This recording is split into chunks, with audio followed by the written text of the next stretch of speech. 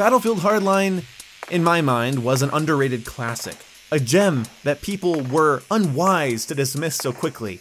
Upon playing it for 2.5 hours in 2019 on my Xbox One X, I will tell you right now I do not feel that way anymore. Now granted, I'm not in the best of moods, I have some stressors in my life, and also my console aim is pretty bad. So forgive me if you don't like what you see on the screen, but if you want to maybe come over to my house and help me get better, then my gameplay will be better, and then you'll listen to my opinions, right?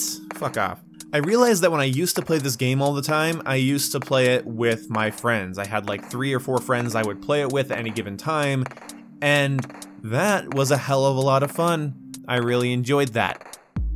But games with friends are always going to be more fun than games without friends. When you play a game without your friends, then you just focus on the mechanics. So you might be thinking, well, boom, some games just aren't meant to be played without friends. And I say, sure, man, but I had a friend. Jason joined me on this endeavor, and you guys were also watching me live stream it. Some of you guys got to see my terrible aim live, and also some of the weird shenanigans the game pulled on me live. Oh boy, what fun. So the first thing that stood out to me was the progression wall this game put in front of people to get them to play it longer than they wanted to. Like, Hardline was not a game people are willing to accept, and after playing today I kind of realized why. It's not as bad as some people made it out to be, but really, it's not great. But how do we get people to sit down and play longer? Well, make it so they have to get 90 kills with a gun to get a grip with it, okay? Make them have to get like 40 kills with it to get optics, maybe like 60 kills to get accessories, and so on and such forth. And then some guns are locked to different factions. So if you were playing as a police officer and you were enjoying using the SOCOM 16, tough titties. The equivalent on the criminal side is the Sega 308, which I hate. That wasn't meant to rhyme, I just really don't like it compared to the SOCOM. In aesthetics, in sound, and in gameplay. But I guess if I'm able to get 1,000 kills while I'm playing on the police officer side, which is also kind of hard because you can only play within one faction, which is like 50% of your matches. So hopefully in half of my matches, I am able to get 1,000 kills with one gun. Like, fuck off. I don't remember, so don't quote me on this, but I think there was like a micro DLC you could buy, like a microtransaction thing that would allow you to get weapons on other factions, because I remember I got one from buying the Digital Deluxe Edition when it was on sale, and so maybe you could buy your guns into being on both factions, but either way, it was another way to pad your time. So you don't like playing the game? Well, trust me, it gets better when your guns have attachments, and it gets better when you have more guns on each faction, so you're going to want to get like 1,200 kills with each gun. Have fun. It could not have been more obvious to anyone that they were just trying to get you to grind your ass off. Now, this game did some nice pro-consumer things by releasing all DLC guns to all players, and also just making the DLCs free over time. That was nice. But coming back to the game in 2019 and picking a gun that I haven't really used that much of and just seeing like a ton of things I have to grind for was frustrating, and doing well with a gun on the police side and not having it on the criminal side or vice versa was also incredibly frustrating and not fun at all. And when it came to the Conquest Large Battlefield experience, I just was so let down. It was paced so incredibly weird, and so much of the game ends up with a clusterfuck in the middle somewhere, and it's a damn shame. Like, I know so many Battlefield maps suffer from being pretty good, but condenses all of the players into one little middle area where they just duke it out and spawn and die and spawn and die and spawn and die and nade spam and sit in corners and lay in doorways and ugh. I play Battlefield for a Battlefield experience, and stuff like fucking block here, like, this is not why I play Battlefield. This wouldn't even be why I play Call of Duty. People always say, oh, this is like the Call of Duty of Battlefield. No, Call of Duty is like way better designed than this. Call of Duty has smaller maps and fast-paced action, but it's usually 6v6 or 5v5 now. Really, if I was gonna liken this game to any Call of Duty, it would be Modern Warfare 3. Modern Warfare 3's maps were just a bunch of choke points, usually condensing people into a middle area to have a clusterfucky fight. None of the maps I would ever want to see return. I don't hate all of them, but really, like, there's like 2 Modern Warfare 3 maps I like, and in this game it's like Dust Bowl and Downtown.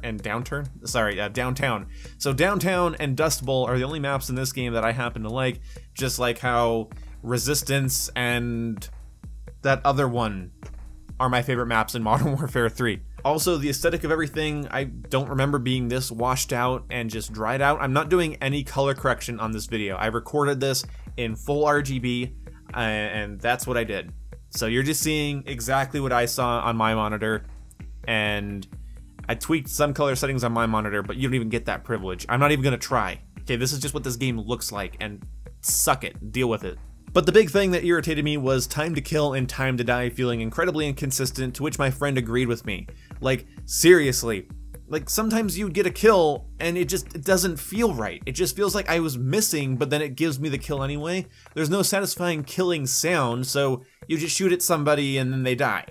It doesn't even feel like you need to be accurate. Like, Battlefield 3 and 4 feel like they had weighty, heavy guns, and when they hit people, it just, I don't know, it just clicked better in my head. It felt like my shots were landing, and then I felt rewarded for landing those shots. This just, it felt so lightweight and floaty that I would even prefer Battlefield 1 over this. Like, seriously, 1, 5, 4, and 3, the Bad Company, well, actually the Bad Company series also has kind of a weird floaty shoot near them and they die thing. I can't really put words to it, but if you've played it, maybe you can describe it better in the comment section.